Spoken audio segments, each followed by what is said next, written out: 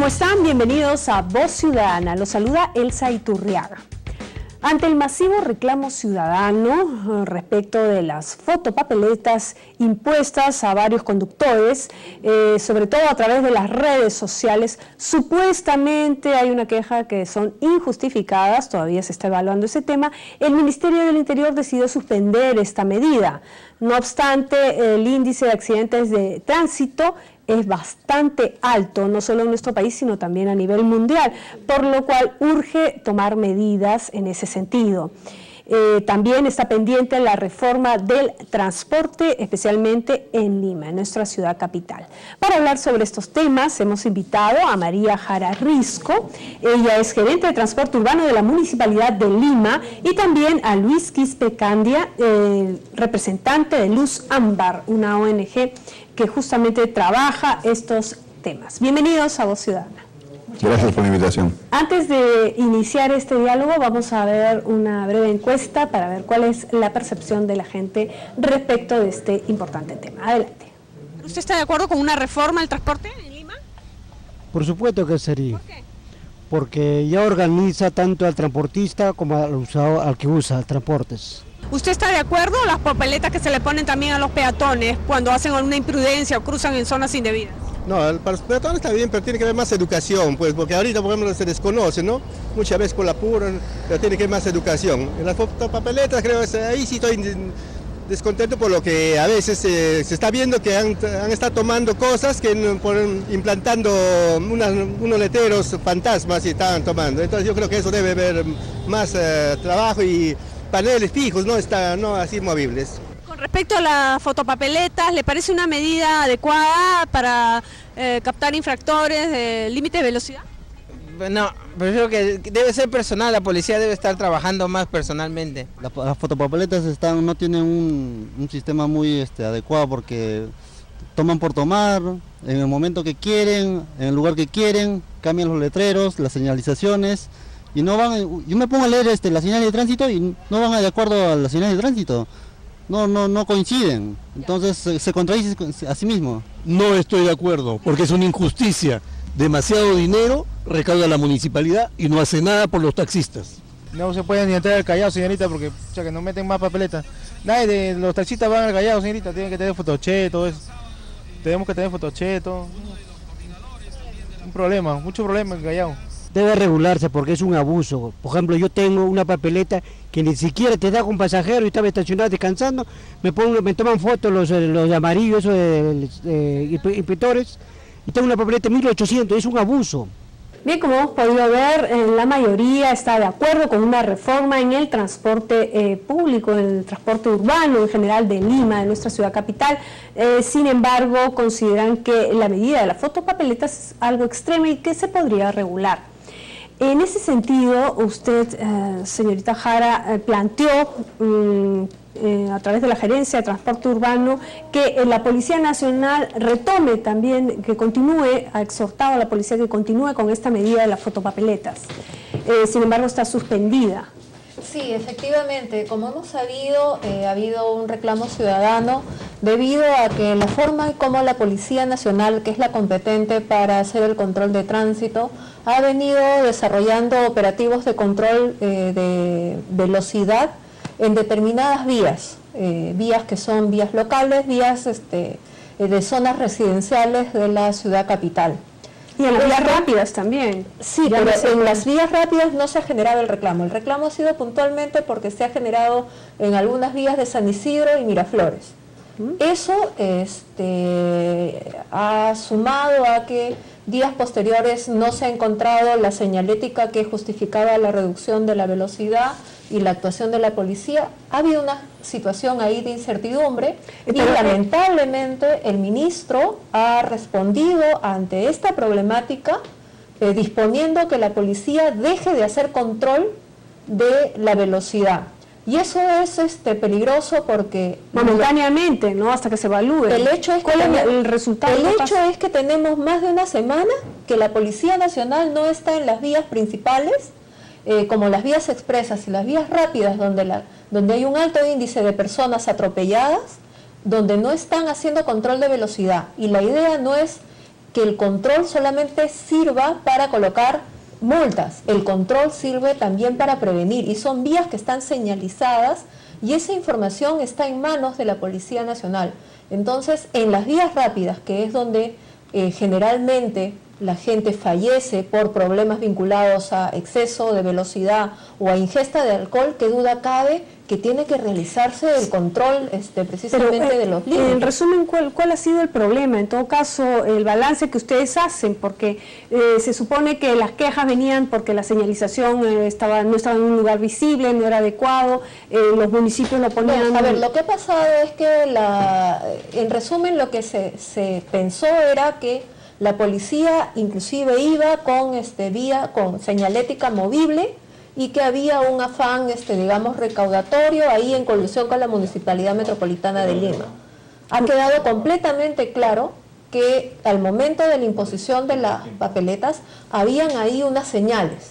Ha quedado claro también que la policía ejerce su función de fiscalizar el tránsito de acuerdo a las instrucciones que da su comando, no de acuerdo a la coordinación que se realiza con la Municipalidad Metropolitana de Lima, y eso me parece supremamente importante porque cae de maduro que hay que realizar una modificación normativa respecto de cómo se dirigen los operativos y las competencias también, y las competencias. Si me permite, al señor Quispe, ¿usted considera que el tema de las fotopapeletas y estas medición, digamos, a través de esta tecnología o de manera electrónica es la única manera de controlar los índices de velocidad? Para esa infracción, sí, naturalmente. El reglamento lo que señala son 3 formas de establecer una infracción al tránsito. La primera es que el policía interviene, constata la infracción e interviene directamente al conductor y establece la infracción mediante una papeleta de infracción, cualquiera que sea de las 114 infracciones. Evidentemente, por ejemplo, para la M20 sí necesita un control electrónico. La segunda forma es, dice el reglamento, mediante controles electrónicos, fotográficos o fílmicos. No dice más, no dice la característica de lo que debe ser el control electrónico. Y la tercera forma es que cualquier ciudadano, cualquier policía no asignado al control del tránsito puede hacer también la denuncia en la papeleta de infracción tomando una fotografía y firma como testigo. La segunda forma es lo que ha generado controversia. Para nosotros, lamentablemente, se ha dado este exceso que se ha visto de parte de la Policía Nacional, evidentemente tiene que ser corregida con la mayor celeridad. El Decreto Supremo 028 del año 2009 es un decreto supremo que expresamente señala cómo debe ser la intervención de la policía para establecer las infracciones. Inclusive cuando se refiere a la infracción M20, señala que no se puede sancionar mientras no esté claramente establecido el lugar, la forma, etc. Pero entonces, ¿cuál ha sido el error? El margen de repente de velocidad, que es muy poco, 5 kilómetros. Yo creo algo ha explicado ya la doctora Jara. En una vía expresa, como es la vía expresa de Lima, del Paseo de la República, ahí no hay duda, ahí es 80 kilómetros por hora máximo. El lado izquierdo. Un cinemómetro funcionaría muy bien ahí, porque ya está advertido el conductor, no hay duda. El que excede 80 kilómetros debe ser multado, porque está excediendo los límites de velocidad.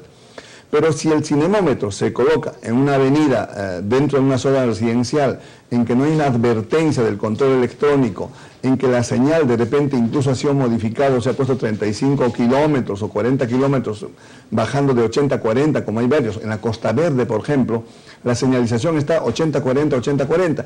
Exactamente hace años hicieron la Panamericana Norte. En este momento, en toda la vía de aditamiento y la Panamericana, igualmente hay cambios abruptos de velocidad. Eso es lo que se tiene que perfeccionar. Por otro lado, en las avenidas importantes de Lima deberían haber controles electrónicos fijos. O sea, eso sí es competencia de la municipalidad. Ahora, evidentemente, me imagino que hay propuestas para ello. Tendría que ser la autoridad quien decida en qué momento colocarlas, pero eso es lo que ofrece la tecnología. Hoy en día no se puede poner policías en cada esquina. O sea, tiene que haber control electrónico indispensablemente. Pero creemos que la medida del ministro en esta coyuntura era necesaria para ahora reestructurar, reordenar el procedimiento y empezar a ver cómo corresponde. Precisamente al respecto, señora Edith Jara, como representante de la Municipalidad Metropolitana de Lima, ¿considera que no deberían de instalarse de manera fija estos cinemómetros o estos, digamos, la señalización sobre todo, como en el caso del Callao, para evitar justamente este tipo de problemas?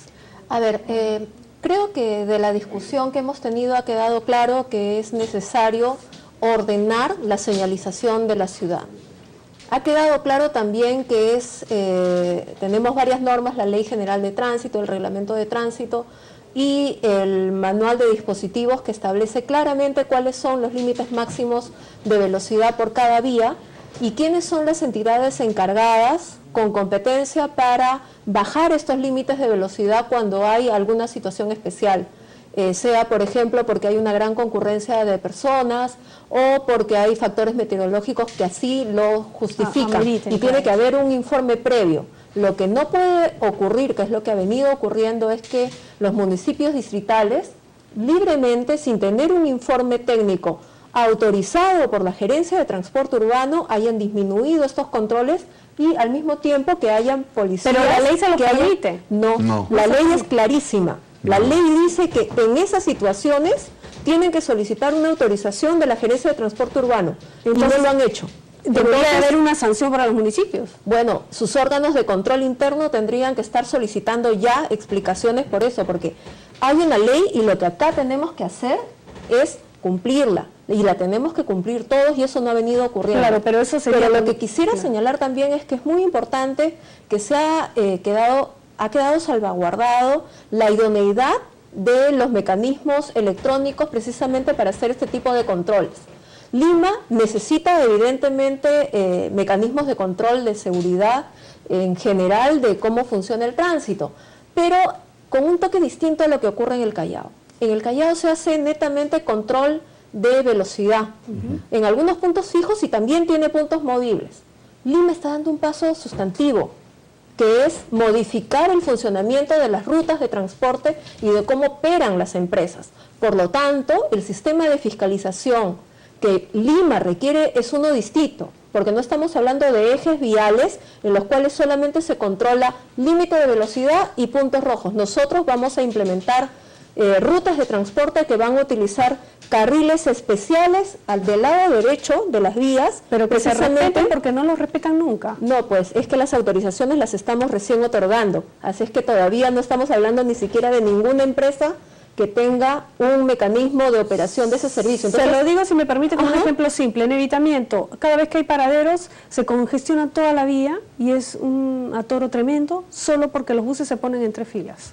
Sí, por eso es que le estamos diciendo... Y no se respeta, tienen su carril, pero no se respeta. No, hay un error en su apreciación, porque en este modo lo que nosotros estamos diciendo es que hay disposiciones de tránsito y hay disposiciones de transporte. Lo que nosotros estamos implementando es una reforma del servicio de transporte, pero que tiene que ser acompañada de un mecanismo exacto de fiscalización electrónica para el tránsito, porque un vehículo de transporte público comete infracciones de transporte y de tránsito. Las infracciones de tránsito, pasarse una luz roja, estacionarse en una zona prohibida, eso puede hacerlo un vehículo de transporte público como un vehículo particular. Ahora, yo quisiera primero señalar que aquí de lo que se trata es de mejorar la señalización, pero lo que no se puede retroceder es en la actuación fiscalizadora. Lima tiene más de 50.000 accidentes al año. ¿Quiénes son los que fallecen? Son las personas de menores recursos. Y la información es pública, la información de las vías rápidas y que están debidamente señalizadas es pública también. El control debe ser integral en todo caso, no solo a los carros particulares, sino también a los todos. Sí. Porque también a veces uno está en la vía de evitamiento y de repente te pasa una moto por el lado izquierdo a toda velocidad. Yo creo que el meollo del asunto aquí, lamentablemente, o vamos a decir la manzana de la discordia, es el dinero. El convenio viene de la Policía Nacional con la Municipalidad de los años 95, 94. Le propongo lo siguiente, vamos a redondear la idea y desarrollarla luego de una breve pausa porque estamos volando en tiempo. Hacemos una pausa y ya regresamos con este interesante tema acerca de las papeletas y el transporte.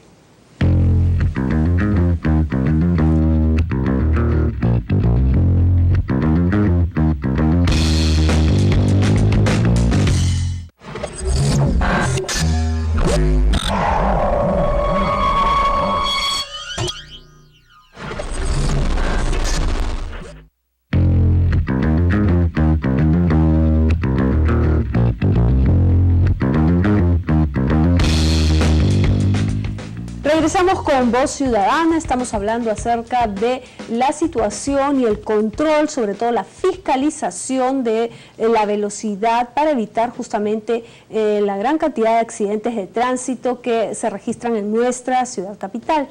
Y estábamos conversando justamente con la representante de la Municipalidad Metropolitana de Lima, María Jara, y también con Luis Quispe, representante de la ONG Luz Ámbar, quien nos estaba dando justamente unos datos interesantes antes de la pausa. Comentaba en el sentido de que, como ya se ha referido, de acuerdo a la ley y al reglamento, la Policía Nacional es la autoridad competente para denunciar las infracciones al tránsito. Pero a partir del año, esto siempre, así está, incluso antes de la ley, desde el año 42.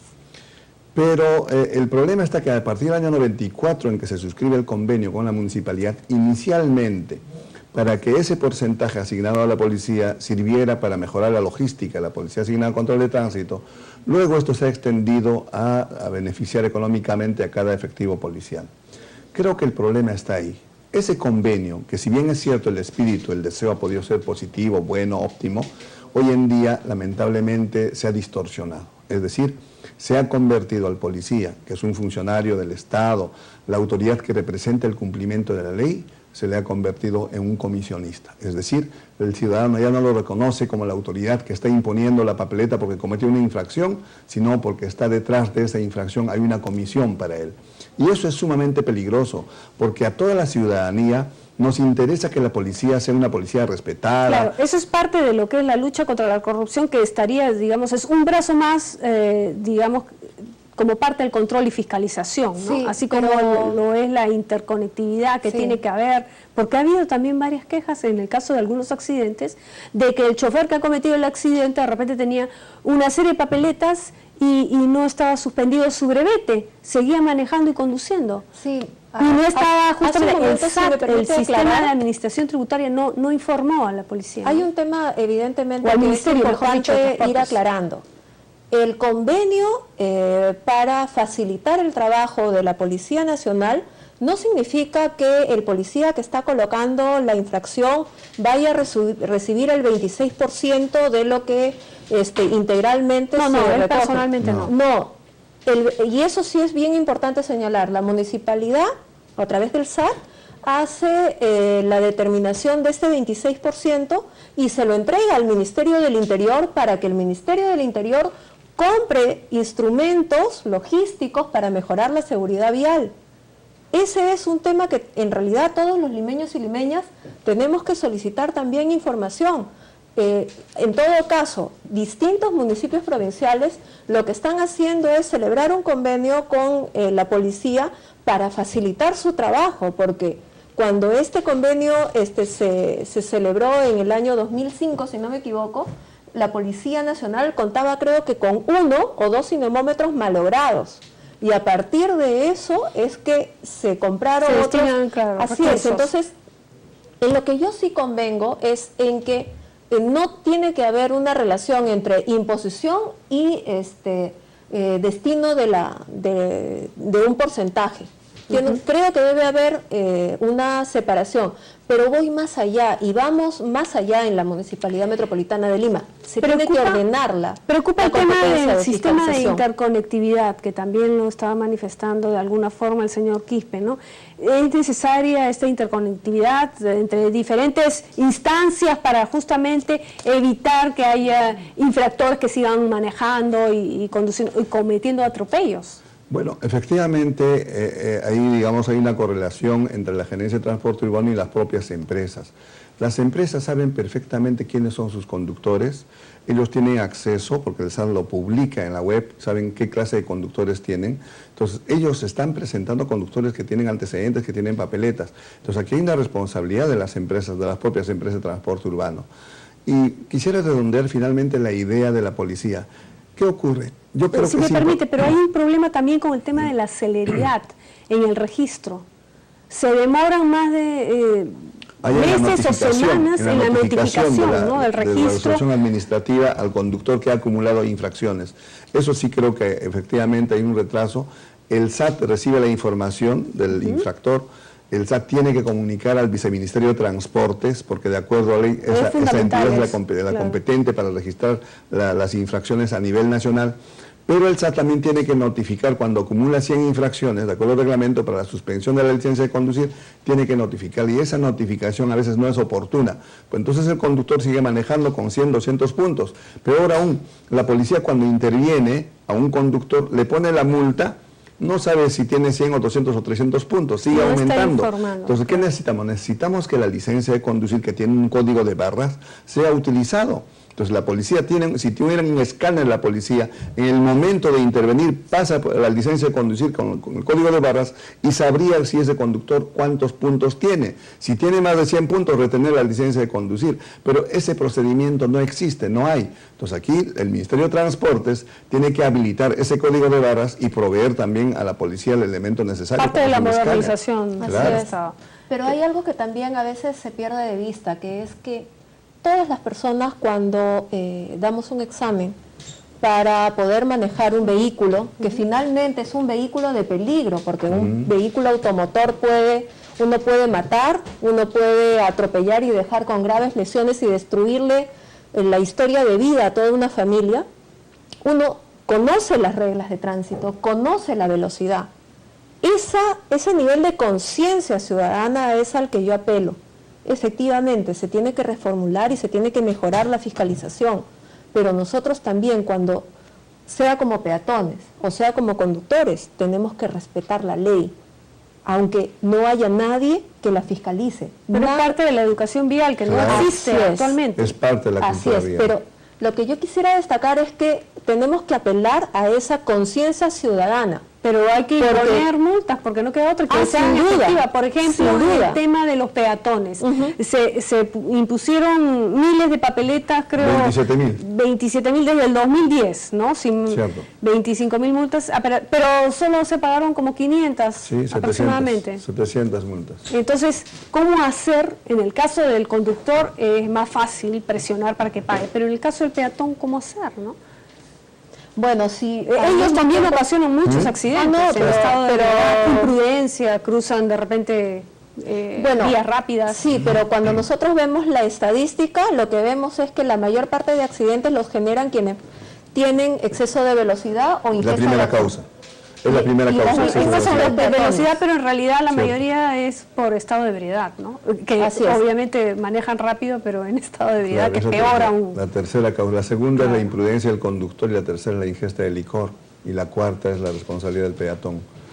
Creo que, como muy bien señala María, efectivamente que hay una responsabilidad compartida, ¿no? Tanto el Ministerio de Transportes, la municipalidad, la propia colectividad que no está colaborando en el cumplimiento de la norma. Lo que creemos que esta coyuntura debe ser útil para que todos nos pongamos de acuerdo y todos reconozcan sus limitaciones y perfeccionar. La idea no es señalar con el dedo a ninguna autoridad. La idea es que todos debemos sumar, buscar soluciones, alternativas, para que todos mejoren. La policía realmente cumpla su trabajo de la mejor forma posible.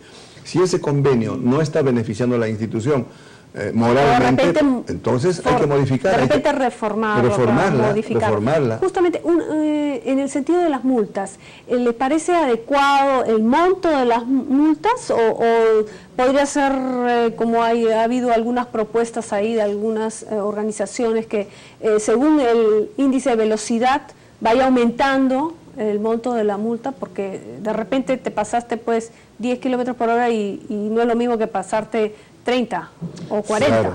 Eso está muy bien. Yo he tomado conocimiento de esas disposiciones y me parecen, digamos, razonables. Más justas de repente, ¿no? Solamente en un contexto en el cual hay seguridad vial y donde ya se ha logrado reducir los accidentes de tránsito. Porque hay que tener claro, el hecho de ir a 60, 65 kilómetros e impactar en el cuerpo de una persona significan huesos, significa la diferencia entre la vida y una lesión. Así es que yo resaltaría primero, lo que uno tiene que hacer es, si tiene límite de velocidad y dice 60, no excedo de 60. Pero cuando tú manejas, si tú manejas, no puedes estar mirando el velocímetro cada rato porque te estrellas. No, pero usted sí sabe, lo que quiero decir es que tiene que haber respeto por las normas y en las vías y siempre precaución. Siempre precaución. Manejo preventivo. Lo que tenemos que tener claro es lo que dice María y lo que dice usted, es el reglamento ya establece 3 velocidades, 4 velocidades. Dice 30 kilómetros zona escolar, 30 kilómetros zona hospitalaria, 40 kilómetros girones y calles, 60 kilómetros avenidas, 80 kilómetros vía expresa. O sea, si el conductor sabe eso, y debe saber, y si no lo sabe, tiene que estar seguro de que eso es así, que si está yendo en una avenida, no puede ir a más de 60. Muchas veces, no, un 60 muy bajo, no, la norma dice 60. Así es. No puede ir a mayor velocidad. En una calle igual, incluso en zona escolar, el reglamento dice que debe ser 20 kilómetros como medida precautoria. En Australia es 10 kilómetros en zona escolar. Los vehículos tienen que pasar despacio por esa zona. Pero aquí el problema es que no estamos respetando los límites de velocidad, que es la causa principal. Finalmente, ya para redondear la idea, ¿no cree que debe haber una mayor coordinación con los municipios distritales para evitar este tipo de repente campañas de difusión, tanto para peatones como para conductores, antes de plantear, digamos, estas medidas? A ver, lo que yo diría son 2 cosas. Las competencias en materia de tránsito y transportes están asignadas en la ley. Y si un municipio distrital, por alguna problemática que ve en sus vías locales, considera que el límite máximo de velocidad debe reducirse, pues que pida la autorización al municipio provincial de Lima y que cumpla la ley y hay un estudio técnico que respalde esa señalización. Eso en primer lugar. Segundo, la fiscalización permite salvar vidas y aquí de lo que estamos hablando es de que no muera más gente en nuestras calles. Y un tercer tema que no me parece menos importante es que si queremos ordenar la casa, si lo que queremos es tener una reforma de transporte exitosa y mejorar también las condiciones de tránsito, es una única instancia. Los municipios provinciales deben asumir la competencia integral, no solamente para regular, para fiscalizar y para sancionar en transporte, que es lo que lo tenemos en este momento. Con profesionales competentes. Sí los hay. Claro. Los ingenieros de tránsito estudian 7 años una carrera y créame que sí es posible. Perfecto. Lo que no puede quedar es que la Policía Nacional siga ejerciendo de manera independiente, aislada y descoordinada la competencia de tránsito. Tiene que asumirla la gerencia de transporte urbano de todos, así es, de todos los señor municipios Quispe, finalmente, pues estamos en los segundos finales. El tema, usted le tocó también el tema de la educación vial, de repente promover más de manera más consciente este tema. Bueno, efectivamente, siempre la educación va a cambiar la conducta del ciudadano, de modo que tenemos ahí, por ejemplo, en las sanciones a los peatones está establecida la capacitación. Los operadores de transporte tienen un periodo de capacitación. Lo que hay que hacer es mejorar que no sean cursos repetitivos, sino realmente cambien la conducta, porque más de 15 años vienen dictándose charlas a los conductores. Y por otro lado, creo que es importante tener presente a los juzgados especializados de tránsito que desde hace 3 meses, gracias a la municipalidad, ya están funcionando en Lima en particular, y debería haber en todo el país. A propósito de eso, si usted me permite, precisamente hemos preparado este curso dirigido a jueces, a fiscales, abogados, y en el que está también la doctora María Jara como catedrática, un curso especializado sobre tránsito y transporte.